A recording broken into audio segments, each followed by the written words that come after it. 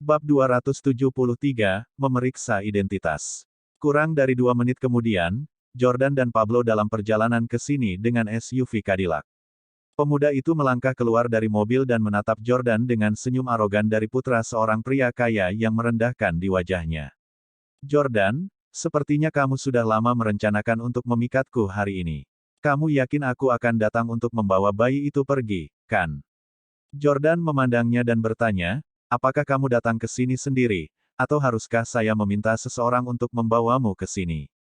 Petik 2. Pemuda itu tersenyum dan berkata, tentunya kamu tidak menyangka bisa menangkapku seperti ini, kan?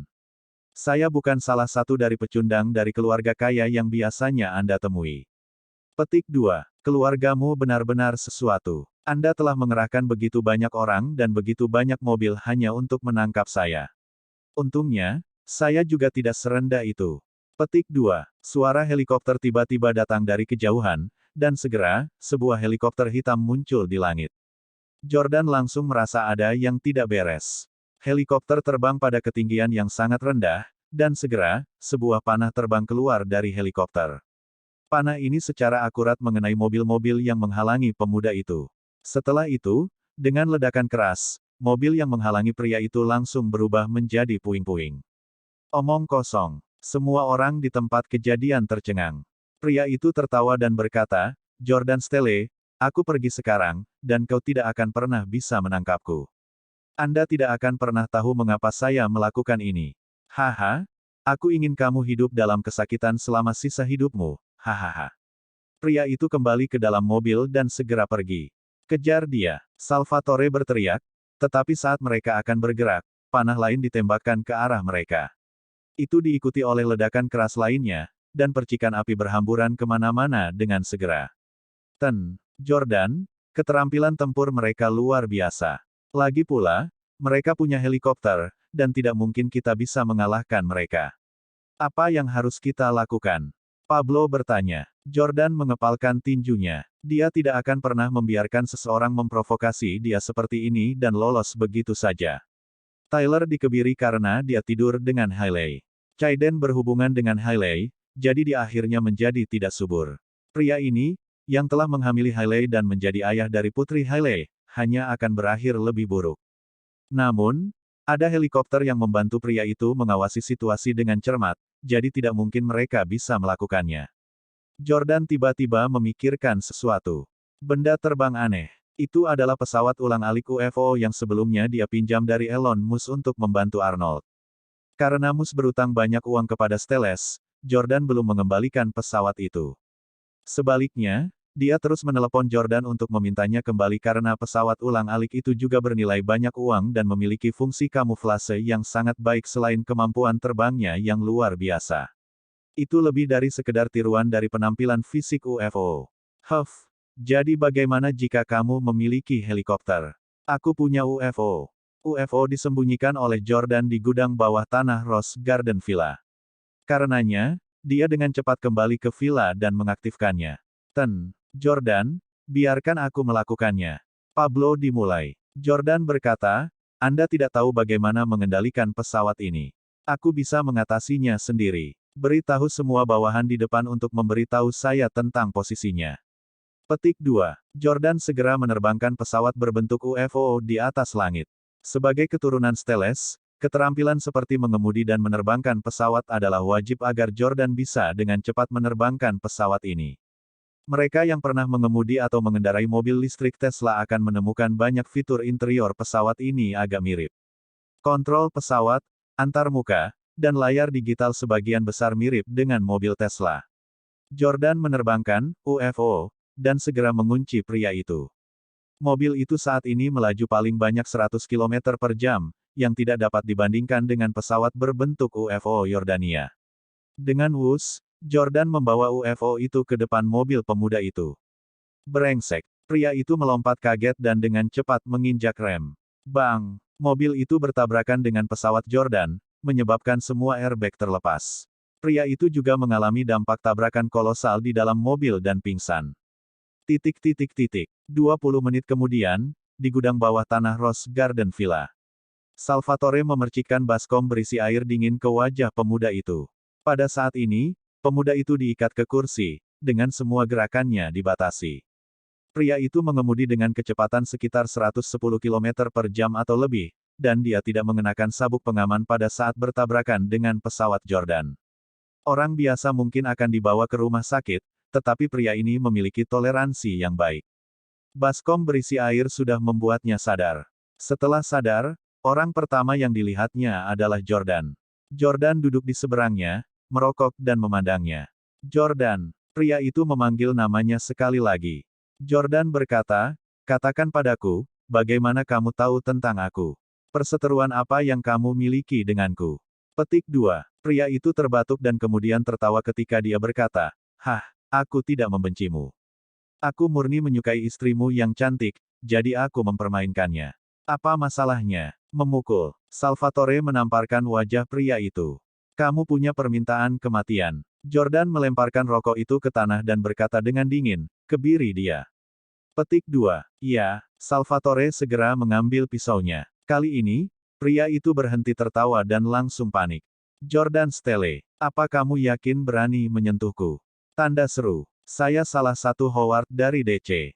Beraninya kau menyentuhku." Jordan tidak terlalu akrab dengan keluarga-keluarga ini di pedesaan, jadi dia memandang Pablo dan bertanya, apakah mereka hebat? Petik 2. Pablo menjawab, "Iya, keluarga Howard sama terkenalnya dengan Husely." "Bisa aja." Pria itu menyeringai. "Keluarga Husely dari New York bukan apa-apa. Mereka tidak layak dibandingkan dengan keluarga Howard. Aku bisa dengan mudah menghancurkan orang-orang yang tidak berguna itu, Chaiden dan Sane Husely, sampai mati." Petik 2. Jordan memandang keturunan keluarga Howard dan berkata, apakah kamu pikir aku tidak akan berani menyentuhmu hanya karena kamu adalah salah satu dari keluarga Howard? Apakah kamu tahu siapa aku? Pemuda itu terkekeh dan berseru, tentu saja. Anda adalah Jordan Stelle, keturunan generasi ketiga Stelles. Ada 7 keturunan di generasi Anda, dan Anda adalah yang ketiga. Anda memiliki 2 kakak laki-laki dan 4 adik perempuan. Petik 2. Jordan terkejut mendengar bahwa pemuda itu benar-benar memiliki pemahaman yang jelas tentang saudara-saudaranya. Pria itu melanjutkan, bukan itu saja. Saya juga tahu bahwa nama kakek Anda adalah Charleston Stelle dan bahwa seluruh keluarga Anda sekarang tinggal di Hampstead, Inggris. Petik 2. Jordan kembali tercengang karena Stelles adalah keluarga misterius yang tidak banyak diketahui orang. Tidak banyak orang di negara ini yang tahu nama asli kakeknya, apalagi di mana keluarga mereka tinggal. Namun, orang ini secara mengejutkan tahu banyak tentang keluarga Jordan. Jordan segera menelepon kakeknya. "Kakek, saya menemukan ayah biologis Putri Hailey. Dia salah satu Howard dari DC, dan dia seumuran denganku," Jordan melaporkan.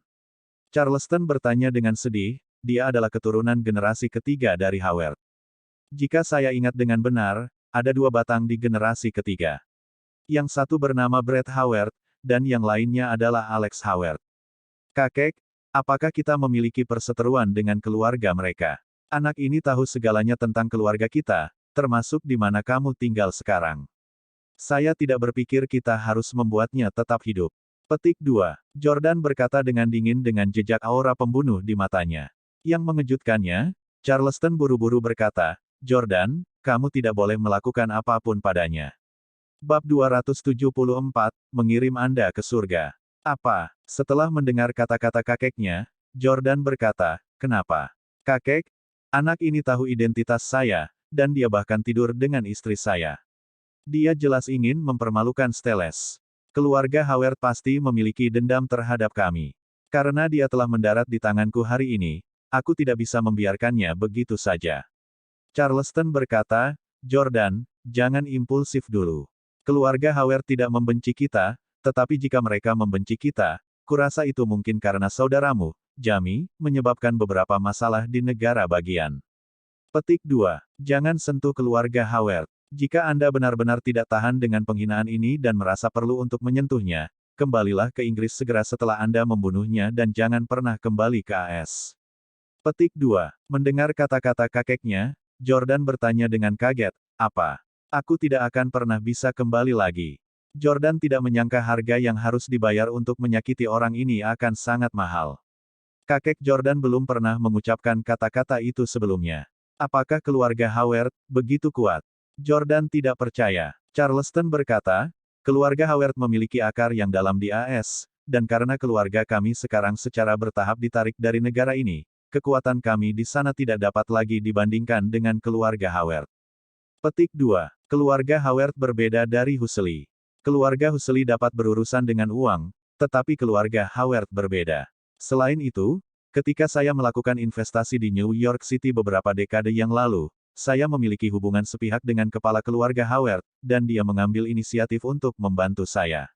Petik 2. Saya dapat memberitahu dia tentang masalah ini dan meminta cucunya untuk meminta maaf kepada Anda atau memberikan kompensasi dalam bentuk lain. Jika Anda pikir ini tidak cukup dan Anda harus membunuhnya untuk melampiaskan kemarahan Anda, dengarkan saya dan segera tinggalkan AS. Jordan terdiam karena dia tahu dari kata-kata kakeknya bahwa dia berhati-hati terhadap keluarga Howard. Oke, aku mengerti. Jordan langsung menutup telepon. Pada saat ini, pemuda dari keluarga Howard tertawa terbahak-bahak dan berkata, "Haha, bagaimana, Jordan? Charleston Stele seharusnya memberitahumu tentang kekuatan keluargaku, kan? Belum lagi Charleston Stele tidak ada di AS sekarang. Bahkan ketika dia hanya layak untuk membawa sepatu Howard." Petik 2. Memukul. Jordan menamparkan wajah pria itu. "Kamu, beraninya kamu memukulku." Pria itu tidak berani mempercayainya. "Pukul kamu. Aku ingin membunuhmu." Petik 2. Jordan mengambil pisau dari tangan Salvatore dan mengarahkannya ke wajah pria itu. Kau sudah gila. Charleston. Memukul. Jordan menamparnya lagi. "Alex Howard, dasar binatang. Kamu tidak layak memanggil kakekku dengan namanya." Pria itu sangat marah, tetapi tidak ada yang bisa dia lakukan. "Namaku Brett Howard." Petik 2. Jordan hanya membuat tebakan buta, tetapi ternyata dia salah. Brett berkata, "Jordan Stele, saya tidak percaya Anda berani membunuh saya. Saya bukan dari keluarga kecil seperti Huxley atau Camdens. Jika kamu membunuhku, kamu tidak akan bisa lolos begitu saja." Jordan menamparkan wajah Brett dengan pisau dan berkata, "Mengapa saya tidak berani? Saya tahu bahwa keluarga Anda kuat di AS. Paling-paling, saya tidak akan pernah datang ke AS lagi mulai sekarang." Pada saat ini, Salvatore tiba-tiba mengambil pisau dari tangan Jordan dan berkata, "Tuan, biarkan aku melakukannya. Aku akan membunuhnya. Dengan begitu, kamu akan baik-baik saja." Asteris meludah asteris. Brett meludahi wajah Salvatore dan berseru, "Bawahanku telah memberitahu keluargaku bahwa aku datang ke sini hari ini. Selama sesuatu terjadi padaku di sini, Jordan Stele akan bertanggung jawab. Jordan Stele, kali ini kamu tidak bisa melarikan diri. Kalian semua harus mati bersamaku." Petik 2. Jordan berhenti. Dia bisa melampiaskan kebenciannya, membunuh orang ini, lalu melarikan diri ke Inggris dan tidak pernah kembali lagi. Tapi bagaimana dengan Salvatore, Pablo dan yang lainnya? Jika keluarga Howard ingin membalas dendam, tidak satu pun dari mereka yang bisa melarikan diri. Mereka semua memiliki istri, anak, dan cucu. Melihat Jordan ragu-ragu, Pablo tiba-tiba merebutnya dari tangan Salvatore dan menikam paha Brett. "Ah, Pablo Dalton, Anda pasti sedang mencari kematian. Jangan berpikir saya tidak tahu bahwa putri Anda di Thailand sementara putra Anda di Singapura. Jika kamu berani menyentuhku, putri dan putramu tidak akan bisa melarikan diri." Petik 2. Teriak Brett. Jordan panik. Pablo adalah bawahannya yang paling kuat yang tidak bisa disentuh orang biasa. Namun, secara mengejutkan Brett mengetahui segalanya tentang Pablo, seperti punggung tangannya, termasuk keberadaan anak-anaknya. Namun, Pablo tidak takut sama sekali. Baja, aku akan membalas dendam untukmu. Aku akan membunuhnya saat kau segera kembali ke Inggris. Saya akan tinggal di sini dan melawan Howard sampai akhir." Petik 2. Melihat adegan ini, bahkan Salvatore sedikit khawatir. Dalton, putra dan putrimu." Pablo berkata, "Saya berutang hidup saya kepada Steles. Anak-anak saya dan semua yang saya miliki diberikan kepada saya oleh Steles. Saya tidak takut." Melihat adegan ini, Jordan juga sangat tersentuh. Dia tidak menyangka bahwa Pablo akan begitu setia. Dia tahu bahwa Jordan ragu-ragu dan tidak ingin mereka terlibat, jadi dia mengambil inisiatif dan mencoba membela Jordan. Pada saat ini, Brett juga jelas sedikit takut. Namun, Jordan berkata, "Letakkan pisaunya." Stele, Pablo menatap Jordan. Jordan meraung, Aku berkata, letakkan pisaunya. Apakah kalian semua akan menentangku? Iya, Pablo segera mencabut pisau dari tubuh Brad. Jordan memandang Brad dan berkata, saya masih belum tahu mengapa anak ini menargetkan saya. Bagaimana aku bisa membunuhnya dengan mudah? Brad Howard, jika Anda tidak ingin menderita, jujur saja. Aku tahu kamu pasti tidak tidur dengan Hailey hanya karena dia cantik. Petik 2. Brad tersenyum dan berseru, apakah Anda ingin tahu mengapa? Saya dapat memberitahu Anda, tetapi Anda harus berlutut untuk saya. Kamu hanya layak berlutut untuk mendengarkan. Petik 2. Pablo menikam paha Brad lagi. Ah, Pablo, Anda sudah selesai. Aku akan memotong putra dan putrimu menjadi beberapa bagian. Brad berteriak dengan ganas. Setelah ditusuk 2 kali oleh Pablo, Brad masih keras kepala dan sombong. Sepertinya berurusan dengannya dengan cara yang sulit tidak akan berhasil padanya. Jordan diam-diam berpikir. Lalu, Jordan tiba-tiba berkata, lepaskan tali yang mengikatnya. Apa? Lepaskan dia. Tuan Jordan, apakah Anda ingin melepaskannya?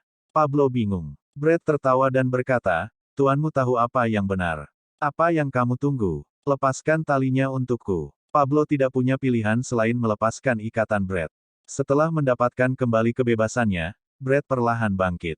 Meskipun kakinya masih berdarah, dia benar-benar mengabaikannya. Dia adalah pria yang tangguh. Jordan berjalan mendekat dan berseru, Tuan Howard, kakekku baru saja mengatakan bahwa kakekmu pernah membantunya. Kali ini, saya berencana untuk membalas budi kepada keluarga Anda di akun kakek saya. Petik 2. Kegiatan rekreasi seperti apa yang biasanya Anda sukai, Tuan Howard? Bunge jumping, bermain ski, atau nonton konser. Aku berencana memberimu tiket. Petik 2. Mendengar kata-kata Jordan, Pablo dan Salvatore sama-sama tercengang. Bagaimana bos mereka bisa berbicara dengan Brad dengan cara yang begitu rendah hati? Tanda tanya. Dia tidak hanya memanggilnya, Mer Howard, dia bahkan mengundangnya keluar, menawarkan untuk mengganti tiketnya. Brad tertawa terbahak-bahak dan berkata, Jordan Stelle, keturunan Stelles generasi ketiga yang paling lengkap dan luar biasa, sebenarnya ingin mengajakku keluar untuk bersenang-senang.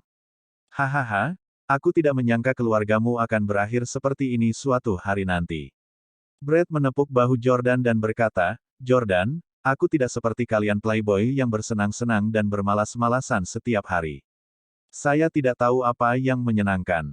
Bagaimana kalau Anda merekomendasikan sesuatu kepada saya? Petik 2. Kata-kata Brad adalah yang ingin didengar Jordan. Jordan tersenyum dan berkata, bagaimana kalau kamu pergi ke luar angkasa untuk bersenang-senang? Ekspresi Brad langsung berubah. Ke luar angkasa. Bab 275, Perjalanan Luar Angkasa. Pablo dan Salvatore awalnya bingung mengapa Jordan begitu sopan kepada Brad. Dalam hati mereka, Jordan adalah tuan mereka, yang selalu superior dan sombong. Dia adalah tuan yang paling mendominasi dan perkasa di dunia. Meskipun Jordan telah disakiti oleh Hailey, dia tidak pernah membungkuk kepada seorang pria atau membiarkan dirinya dipermalukan. Mereka lega mendengar bahwa Jordan ingin membawa Brad ke luar angkasa. Memang, Jordan masih sama dengan Tuan Jordan yang mereka rela bekerja selama sisa hidup mereka. Apa maksudmu? Brad bertanya, sedikit bingung. Jordan terus berpura-pura ramah dan dia berkata, kamu tahu siapa Elon Musk, kan? Itu adalah orang yang bekerja dengan roket berawak. Petik 2. Oh benar, pesawat berbentuk UFO yang baru saja kamu kendarai diberikan kepadaku olehnya. Seperti yang Anda ketahui, bisnis perjalanan ruang angkasa komersialnya telah sukses, tetapi sejauh ini, tidak ada seorang pun kecuali astronot yang mau mencobanya. Petik 2. Ten Howard, Anda sangat hebat dan keterampilan seni bela diri Anda luar biasa. Kamu pasti sangat berani. Bagaimana dengan ini? Saya akan mendaftarkan Anda dan membayar 150 juta dolar untuk tiketnya dan membiarkan Mus membawa Anda keluar angkasa untuk bersenang-senang. Petik 2. Brad benar-benar tercengang. Kau ingin mengirimku ke luar angkasa? Hahaha. Pablo dan Salvatore keduanya tertawa dan berkata, benar, Tuan Jordan akan mengirimmu ke surga. Petik 2. Jordan mengulurkan tangannya, memberi isyarat agar mereka tidak tertawa. Dia kemudian terus berbicara dengan Brad dengan cara yang ramah. Bagaimana Anda bisa mengatakan itu, Tuan Howard? Itu disebut perjalanan ruang angkasa, yang akan menjadi tren masa depan. Hanya orang kaya seperti Anda yang mampu mengalaminya, Ten Howard. Orang biasa tidak akan bisa melakukannya bahkan jika mereka mau. Petik 2. Brett jelas menjadi sedikit lebih cemas tetapi di permukaan, dia pura-pura tidak peduli. Hah? Perjalanan luar angkasa. Tentu. Kau sudah setuju? Iya. Saya akan menelepon Mus sekarang dan membuatnya bersiap untuk itu. Saat Jordan berbicara, dia segera melakukan panggilan video ke Mus. Segera setelah panggilan video dimulai, Brett melihat maniak bisnis, Mus. Hai, Yordania. Mus menyambut Jordan dengan gembira. Brett, di sisi lain, tercengang. Sialan, dia benar-benar mengenal Mus. Meskipun Brett mengandalkan akar domestik kuat Howard, pengaruh internasional mereka sama sekali tidak sebanding dengan Steles. Mereka sama sekali tidak mengenal keluarga Gates atau keluarga Mus. Jordan tersenyum dan berkata, Mus, aku punya teman di sini yang ingin bergabung dengan perjalanan luar angkasamu. Aku akan membayar 150 juta dolar untuknya. Setelah mendengar ini, Mus langsung bersemangat. Oh, benarkah? Biarkan saya melihat pahlawan mana yang sangat berani. Petik 2. Jordan mengarahkan kamera ponselnya ke Brett dan berkata, Tuan Howard, sapa Presiden Mus. Meskipun Brett tidak sopan kepada Jordan, jelas ada kebencian. Sebagai keturunan keluarga kaya di ibu kota, ia masih sangat sopan dan berbudaya saat menghadapi sosok terkenal di dunia internasional seperti Mus. Halo, Tuan Mus, kata Bram lembut. Mus masih tersenyum sok seolah-olah dia dirasuki alien. Sejujurnya, saya telah mengundang banyak orang kaya di AS untuk pergi ke luar angkasa untuk bersenang-senang, tetapi tidak ada yang berani mengatakan ya. Bahkan Jordan tidak berani pergi ke luar angkasa. Kau yang paling berani yang pernah kutemui. Selamat datang. Aku akan mengirimmu ke langit tanpa masalah. Petik 2. Meski dipuji oleh Mus, Brett masih sangat tidak senang. Sialan, aku tidak percaya bahkan Jordan juga tidak berani pergi ke luar angkasa. Bagi kebanyakan orang, ruang angkasa itu aneh dan penuh bahaya. Kecuali jika mereka adalah penggemar fiksi ilmiah ruang angkasa dan orang-orang yang tidak ingin hidup di bumi, tidak ada yang mau pergi ke tempat yang begitu asing. Jordan berkata, Mus, buat pengaturannya. Akan lebih baik jika kita bisa mengirim Tuan Howard ke angkasa dalam 2 hari ke depan. Kebetulan sekali. Kami merencanakan penerbangan berawak lain lusa, jadi cepat bawa orang ini kepadaku. Tidak masalah, kami akan pergi sekarang, sampai jumpa besok. Jordan menutup panggilan video dan berkata kepada Pablo, siapkan pesawat pribadi, kita akan segera berangkat ke Texas. Iya, Jordan kemudian tersenyum dan berkata kepada Brett, ayo pergi, Tuan Howard. Petik 2. Yang mengejutkan, Brett menjadi marah. Apa? Siapa bilang aku akan pergi ke Amerika denganmu? Saya tidak ingin pergi ke luar angkasa. Jika kamu ingin pergi, pergilah sendiri. Petik 2. Setelah mengatakan itu, Brett hendak pergi. Namun, tepat sebelum dia mencapai pintu, dia dihentikan oleh beberapa anak buah Pablo. Apa maksudmu? Brett berbalik untuk melihat Jordan. Meskipun refleksnya bagus, dia telah ditikam 2 kali. Bom asap dan senjata lain di tubuhnya juga sudah lama disingkirkan. Dalam pertarungan dengan tangan kosong dan tinju, dia pasti tidak bisa berbuat apa-apa pada sekelompok orang ini, termasuk Jordan. Jordan tersenyum dan berkata, Brett, kamu hanya punya 2 pilihan sekarang. Anda juga memberitahu saya alasannya atau melakukan perjalanan ke luar angkasa. Anda memilih. Salvatore, yang berada di samping, tertawa terbahak-bahak. Brett Howard, apakah menurutmu Tuan Jordan tidak punya cara untuk berurusan denganmu bahkan jika kami tidak berani membunuhmu? Tuan Jordan punya 100 cara untuk membunuhmu. Haha, Brett sangat marah. Dia mengepalkan tinjunya tetapi tidak berani bergerak lagi karena dia sendirian dan pasti tidak bisa melewati mereka. Setelah beberapa saat, Brett tertawa terbahak-bahak dan berkata, bukankah ini hanya perjalanan ke luar angkasa? Baiklah, aku akan pergi.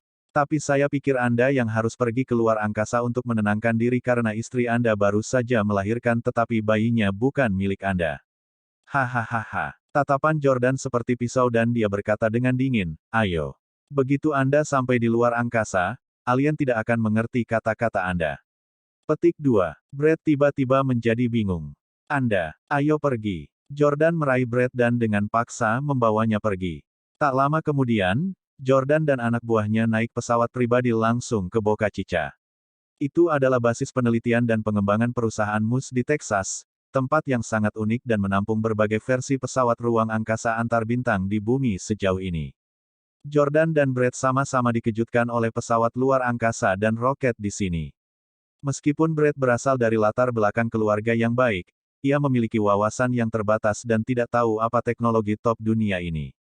Dia sama terkejutnya berada di sana. Jordan dan Brett memasuki ruang R&D untuk melihat Mus.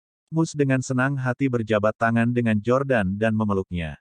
Mus berkata, "Kami mengobrol dengan baik di panggilan video tempo hari, dan saya tahu bahwa Anda sekarang juga tertarik dengan perjalanan ruang angkasa.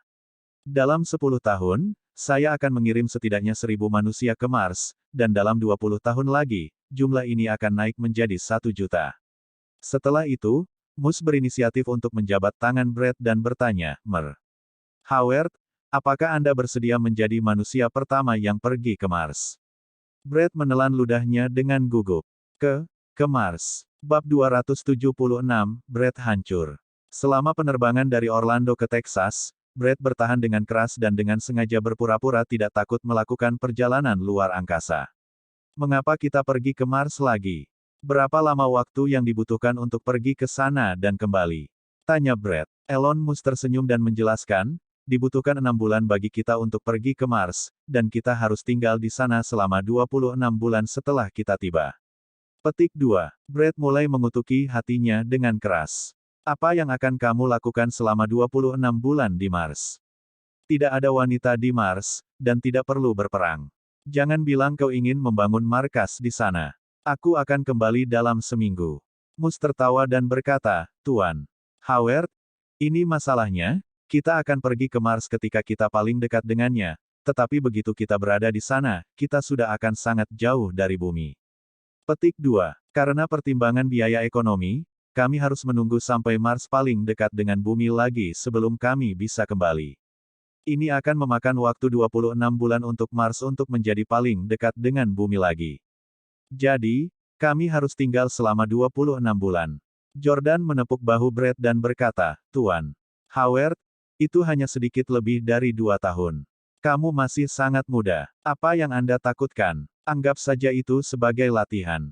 Brett mencoba melepaskan diri dari Jordan, dan dia berkata, "Aku tidak akan pergi lagi. Cepat kirim aku kembali." Petik 2. Jordan berkata dengan nada memusuhi, "Brett Howard, sepertinya kamu belum mendapatkan gambaran yang jelas tentang situasinya. Sekarang, kamu harus pergi ke sana terlepas dari apakah kamu mau atau tidak." Petik 2. "Yah, kecuali kamu menjelaskan mengapa kamu melakukan itu." Brett sangat marah. Dia tidak hanya babak belur karena cedera, tetapi dia juga tidak bersenjata dan dikelilingi oleh bawahan Jordan. Ponselnya telah disita, jadi tidak mungkin dia bisa menghubungi keluarganya. Bahkan jika orang tuanya mengetahuinya, mereka tidak dapat berbuat apa-apa karena itu adalah wilayah Mus. Di negara bagian, Howard masih bisa melawan Yordania. Mereka tidak akan bisa berurusan dengannya di tempat lain. Brett mengertakkan gigi dan berseru, "Bagus. Ayo pergi ke Mars kalau begitu. Keluarga Howard pasti tidak akan takut pada kalian bajingan." Brett sering menyebut Jordan bajingan, dan matanya akan penuh dengan niat membunuh setiap kali dia melihatnya. Jordan tahu bahwa Brett pasti memiliki dendam yang kuat terhadapnya. Namun, dia tidak bisa mengingat kapan dia pernah menyinggung perasaannya. Bawa dia turun. Petik 2. Jordan mengeluarkan perintah, dan Brett dibawa pergi oleh 2 orang. Karena dia akan pergi ke Mars, dia diatur untuk berada di ruangan yang sama dengan para astronot. Salah satu astronotnya adalah seorang Kanada dari Quebec yang fasih berbahasa Inggris dan Prancis. Brett juga pandai dalam kedua bahasa, jadi mereka mulai mengobrol. Brett bertanya, "Hei, apakah yang dikatakan Mus tentang pindah ke Mars dapat diandalkan? Apakah akan ada bahaya jika kita pergi ke Mars kali ini?" Sambil makan, astronot Kanada itu berkata, "Jangan khawatir, kawan, kita akan sangat aman. Saya dapat menjamin bahwa saya akan membawa Anda kembali dengan selamat." Brett menyeringai dan diam-diam berpikir, "Jordan Stelle, aku tidur dengan istrimu, dan kamu memilih untuk mengirimku ke Mars hanya karena kamu tidak berani membunuhku, tetapi ketika saatnya tiba, kamu tidak akan berani menyentuhku lagi." Tanda seru petik 2. "Kalau begitu, aku akan memperlakukannya sebagai liburan." Brett sangat gembira karena dia merasa bahwa hasil ini lebih baik daripada terbunuh, dikebiri, dan dihina. Beberapa orang yang telah menyinggung Jordan sebelumnya, seperti Tyler dan Chaiden, tidak berakhir dengan baik. Namun, pada saat ini, astronot tiba-tiba mengubah suaranya. Namun, semakin lama kita tinggal di Mars, semakin banyak bahaya yang kita hadapi. Bahaya? Apa bahayanya? Brett buru-buru bertanya. Astronot itu menjelaskan, kami terbang di luar angkasa, dan karena kurangnya olahraga dan bobot, ada penurunan kualitas dan kekuatan mesin kerangka. Ketika kami kembali, kekuatan otot akan turun 40%. Petik 2. Apa? Brett membeku. Meskipun dia memiliki wajah yang cantik, yang selalu dia banggakan bukanlah wajahnya tetapi kekuatannya. Dia adalah seorang pria yang mengagumi keterampilan dan kekuatan seni bela diri dan selalu melatih otot-ototnya.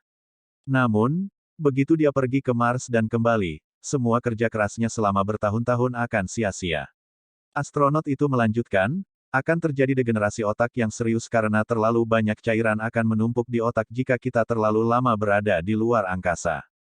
Petik 2. Brett sekali lagi terkejut. Apakah kamu akan menjadi orang terbelakang setelah kamu kembali? Jordan bajingan itu. Astronot itu melanjutkan, fungsi ginjalmu juga akan melemah.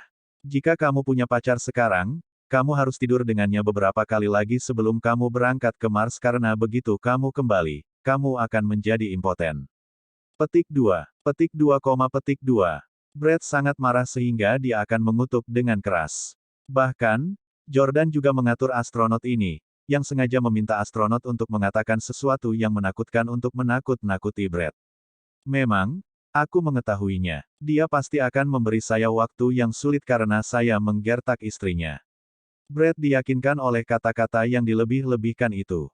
Ketika astronot itu melihat bahwa Brett tidak tahu apa-apa tentang luar angkasa, dia malah membesar-besarkan. Faktanya, ini bukan hal yang paling menakutkan. Apakah kamu tahu apa yang paling menakutkan? Apa itu? Brett menatapnya dengan mata melebar. Sang astronot mengeluh, ada banyak lubang hitam misterius dan tak terduga di alam semesta. Begitu kita tersapu ke dalam lubang hitam, kita pasti akan mati dan terjebak secara permanen di dalamnya. Bahkan jika tidak, waktu akan berlalu begitu kita berada di dekat lubang hitam. Petik 2. Apakah Anda tahu apa arti berlalunya waktu yang cepat bagi kami? Brett menelan sedikit air liur dan bertanya, apa artinya?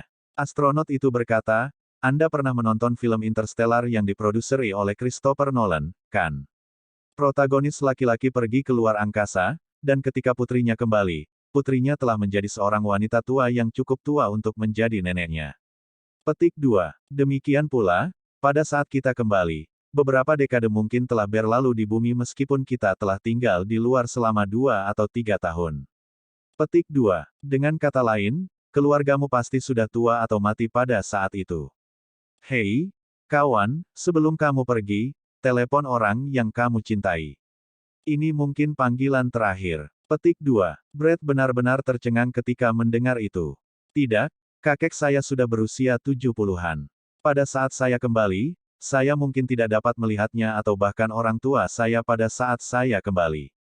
Petik 2. Dan pacarku. Saat aku kembali, dia akan menjadi wanita tua.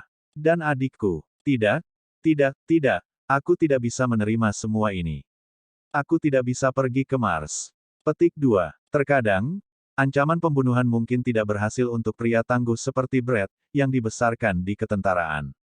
Namun, ada terlalu banyak hal di dunia yang lebih menakutkan daripada kematian. Brett bisa menerima kematian tetapi tidak kembali ke dunia di mana semua orang yang dicintainya mati, dan banyak hal telah berubah secara drastis. Yordania, kemari. Brett dengan putus asa meneriakkan nama Jordan di pintu. Bab 273, memeriksa identitas. Kurang dari 2 menit kemudian, Jordan dan Pablo dalam perjalanan ke